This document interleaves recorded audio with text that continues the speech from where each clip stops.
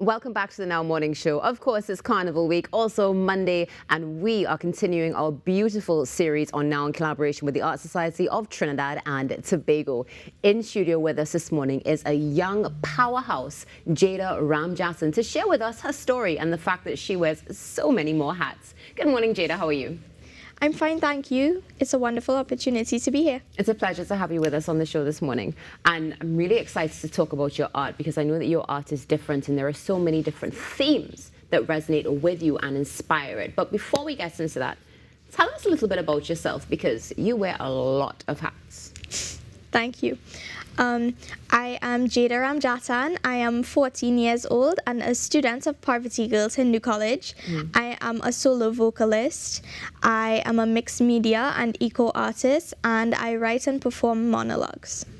That's a lot, and that's how I think we would have first met as well, with you performing as well. And it was beautiful because when I came in the studio this morning and I saw your mom, and I was like, so what doesn't Jayda do? Because you're also an activist as well. Yes, I missed something. I'm a budding actress. And you see all these things that you have. And tell me something though, where do you find your time? Okay, I manage my time because I work when my energy and creative levels are at a high. That way I can juggle both schoolwork, having a normal teenage life, and of course, all my extracurriculars. Yes, and you have a lot of extracurriculars, as you've just shared with us, but these are great things that are forming you in your journey and are definitely going to continue to bring you out to the forefront to make some change. Let's talk about your art journey specifically, because what we have on set this morning is so inspirational. When did you start art? When I was very young, I developed a love for creating. It started just doing simple arts and crafts at school, out of school, and as I started practicing and developing, I have reached the point where I have exhibited a few times at different galleries, which I'm so grateful for. That's fantastic. So we'll get to some of your exhibits in a minute because I know you have a long list of exhibitions that you have been in with all of your different works. But one of the things I found fascinating is I heard that there's one particular painting here where you didn't actually just use paint. So tell us a little bit about your process and how you choose what mediums you're going to use. Okay, so I like dabbling in a lot of different mediums. Example, I use anything I find around my house. I find that fun, and I reuse a lot of items, like one of my past pieces for environmental protection, since I'm a child rights advocate and environmental protection person.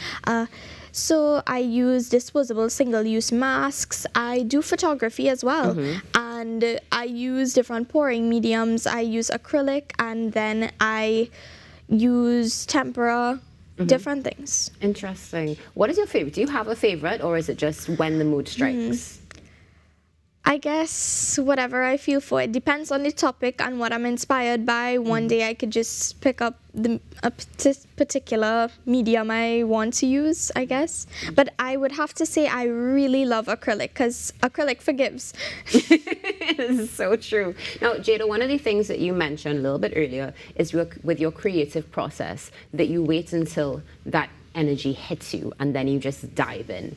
Describe to us how that process works. Okay, my artistic process would be getting inspiration. I draw from my life experiences, nature, the environment around me, social media, of course, and some topical issues that I feel really passionate about.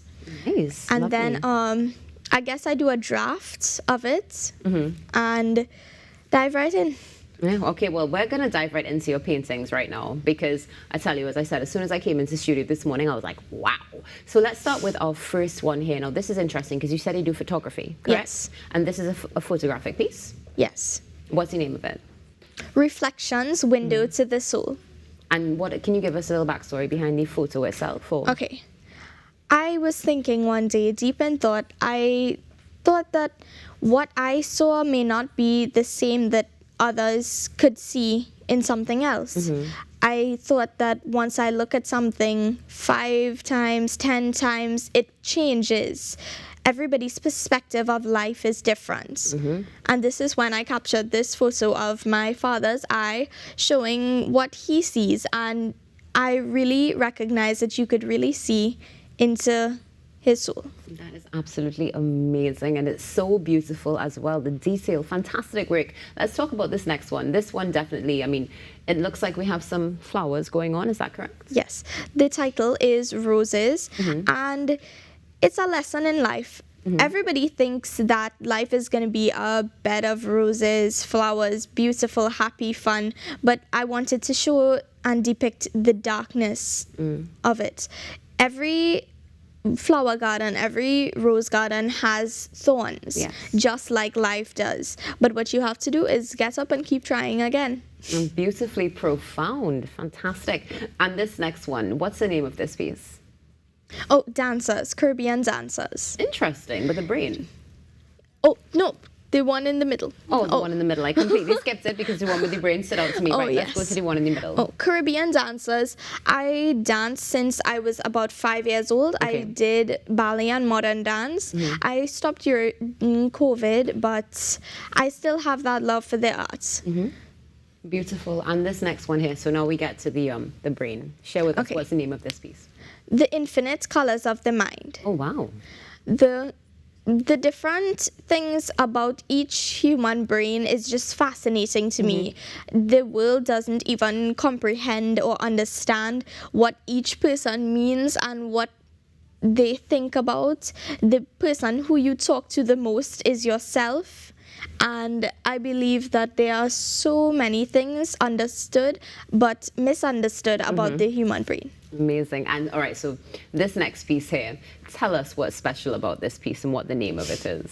Okay, so I utilized turmeric to make this Indian arrival art piece, and it really signifies our culture, our backstory, and it was very important to me. Yeah. And how long did it take to do that since you used turmeric as a medium?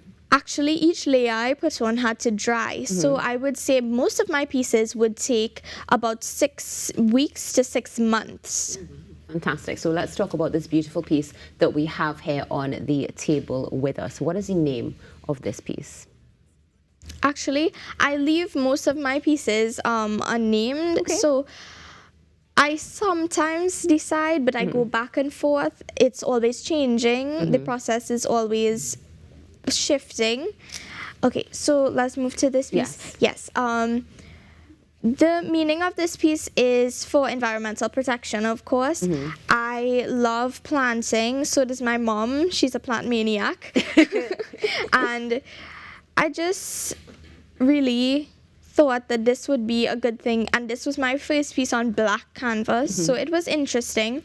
And this is a special type of plant. It grows in tropical rainforests. Okay, beautiful. So we've looked at all these incredible pieces on set this morning. You have exhibits, and you've had all throughout Trinidad and Tobago, but you also have some artwork, if I'm not mistaken, on Amazon. Oh, yes. Yeah? It's 2 published artworks and a calendar. Yes. Is that correct? How does it feel to see your stuff out there on Amazon? I feel proud. I feel that I've worked for it. I work hard at it.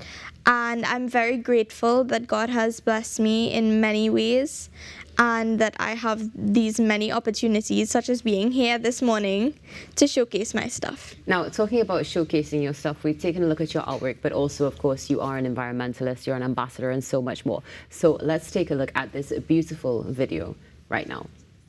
Rights of a Child, UN Convention. You adults have an obligation. Provide children with a clean, healthy, sustainable environment. Instead, we children feel a sense of disenchantment. The earth has lost its beauty. The weather is topsy-turvy. Pollution everywhere. Country and city. Climate change is real and bad. We're doing this to ourselves. We must be mad. Please help me save my island, Trinidad. My country is just a little dot, and when oceans start to rise, we will just disappear. Who will help the children? Will you volunteer? Just another way to share your voice. You share your voice on canvas. You literally share your voice there as well. Tell us a little bit about that video. Okay, so that was part of my process for applying to be a Child Rights Ambassador of Trinidad and Tobago. I just got pinned on Friday, so I'm now officially a Child Rights Ambassador of Trinidad and Tobago. How does it feel? I feel very enthusiastic because it's something I'm very passionate about and I feel that I could make a difference. Wonderful. Jayda, tell us something before we close this morning. Where do you see yourself, or where do you want to be 10 years from now? Actually, profession-wise, I believe that I want to be an attorney at law, maybe a master's in international relations that can help me develop with my advocacy on child rights and environmental protection. And I feel that that's somewhere I might want to be. Absolutely beautiful. And of course, continuing your artistic endeavors at the same time. Always. Wonderful. Jayda, thank you so much for joining us this morning. It's been a pleasure. Looking forward to seeing you continue to blossom and continue to change Trinidad and Tobago and the world. Thank you so much for having me. It's been a pleasure. Now, up next, our guest host is going to be joining us, so stay tuned. Coming up right after this break. For now, let's close with the amazing Jayda Ramjattan, Ace of J's on social media. We'll be back in a few.